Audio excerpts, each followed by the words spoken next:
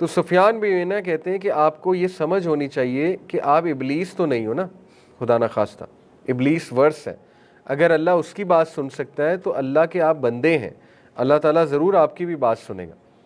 Since fall down, یہ میں نے آپ کو حدیث سنائی، ٹھیک ہے، کہ نبی صلی اللہ علیہ وسلم نے فرمایا جب ایک انسان کھڑا ہوتا ہے نماز میں، اس کے گناہ اس کے کندھے پہ آ جاتے ہیں، پھر جب وہ سجدہ کرتا ہے، رکوع کرتا ہے تو اس کے گناہ جو ہے وہ گر جاتے ہیں۔ یہ ایک روایت ہے۔ صوبان رضی اللہ عنہ ایک صحابی ہیں، تو ایک صحابی ان سے ملے، اور یہ فریڈ سلیو آف رسول اللہ حضرت صوبان، تو صحابی جب ان سے ملے تو انہوں نے حضرت صوبان سے پوچھا inform me of a deed through which Allah will grant me good admit me into paradise. تو وہ کہتے ہیں صوبان کچھ دیر کے لیے خاموش ہو گئے، سوچ میں پڑ گئے کہ میں اسے کیا جواب دوں۔ اس نے بڑا بھاری سوال پوچھا ہے کہ مجھے کوئی ایسا ڈیڈ بتائیں کہ جس سے اللہ سبحانہ و تعالیٰ مجھے بہت خیر دے اور مجھے جنت میں جگہ دے۔ تو پھر انہوں نے یہ جواب دیا ہولڈ آن ٹو سجود، سجدے کو ہولڈ آن کرو۔ For indeed I heard the messenger of Allah sallallahu alaihi wasallam said, there is no slave who performs a sajda except that Allah raises him a level through it and wipes away a sin through it۔ تو اس لیے صحابہ کا answer سجدے کے حوالے سے بڑا زبردست یہ آنسر ہے کہ اگر کوئی چاہتا ہے کہ اس کو خیر ملے اور اس کو جنت میں جگہ ملے تو وہ سجدہ اپنا سٹرونگ کرے، اور سجدہ وہ سٹرونگ کرے گا تو اس کی کردار سازی بھی ہو جائے گی۔ اب یہاں پہ کوئی کویسچن کر سکتا ہے نا کہ دیکھیں یہ مولوی لوگ ہر وقت عبادت کی باتیں کرتے ہیں، حقوق العباد کی عبادت جو ہے نا بات نہیں کرتے ہیں۔ بھائی یہی تو حقوق العباد ہے، جو بندہ سجدہ کرے گا اور دل سے کر رہا ہے اور خدا خوفی سے کر رہا ہے تو وہ حقوق العباد میں بھی اچھا ہوگا۔ جو بندہ سجدہ ہی نہیں کر رہا تو حقوق العباد پہلی تو بات اس کو فائدہ کیا دیں گے دنیا کے علاوہ، دوسری بات کہ ہو سکتا ہے اس کے حقوق العباد اچھے نہ ہوں، لیکن جو خدا خوفی کے ساتھ سجدہ کر رہا ہے جب وہ نماز پڑھ کے فارغ ہوگا تو لوگوں کے ساتھ بھی نرمی کرے گا، ٹھیک ہے، اور وہ اس کے کردار میں نکھار آ جائے گا۔ تو یہ بڑا زبردست فارمولہ ہے لمبے سجدے کرنا۔ تو بہرحال یہ حدیث میں نے ابھی آپ کے سامنے پڑھی کہ صوبان سے ان کی ملاقات ہوئی۔ اور لاسٹلی دیکھیں عباد الرحمن کا پیسج ہے پورا سورہ فرقان میں، اللہ نے عباد الرحمن ہے اللہ کے بندے، یہ بہت زبردست ٹائٹل ہے۔ اللہ نے عباد الرحمن کی کچھ خصوصیات جو ہیں وہ مینشن کی۔ فار ایگزامپل وَإِذَا خَاطَبَهُمُ الْجَاهِلُونَ قَالُوا سَلَامًا، کہ جب ان کا اگنورنس سے پالا پڑتا ہے تو یہ ورڈز آف پیس کہتے ہیں، ورڈز آف ڈگنیٹی کہتے ہیں، یعنی بدتمیزی نہیں کرتے ان کے ساتھ یا سخت لہجے میں ان ریٹرن بات نہیں کرتے، بلکہ یہ جو ہے پیس کہتے، سلام سلام کے ورڈز کہتے ہیں۔ کچھ لوگوں نے اس آیت سے یہ مطلب سمجھ لیا کہ السلام علیکم کہنا چاہیے، جیسے وہ انٹرنیٹ پہ سوشل میڈیا پہ کسی دوست سے بحث کر رہے ہیں نا تو نیچے لکھ دیتے ہیں اوکے السلام علیکم ورحمۃ اللہ وبرکاتہ، یعنی دوست کو شو کرانا ہے تم پکے جاہل ہو، یا دوسرے کو شو کرانا ہے تم پکے جاہل ہو۔ تو اس کا یہ مطلب نہیں ہے کہ السلام علیکم ورحمۃ اللہ وبرکاتہ کہہ دو۔ ورڈز آف پیس کا مطلب ہے ڈگنیٹی، ورڈز کا پیس کا مطلب ہے صلح صفائی والے الفاظ یا کائنڈنس والے الفاظ، یا بس یہ کہ پیچھے پیچھے رہو کہ ٹھیک ہے سلام سلام پیس ہم آپ سے لڑنا نہیں چاہتے، یہ مطلب ہے۔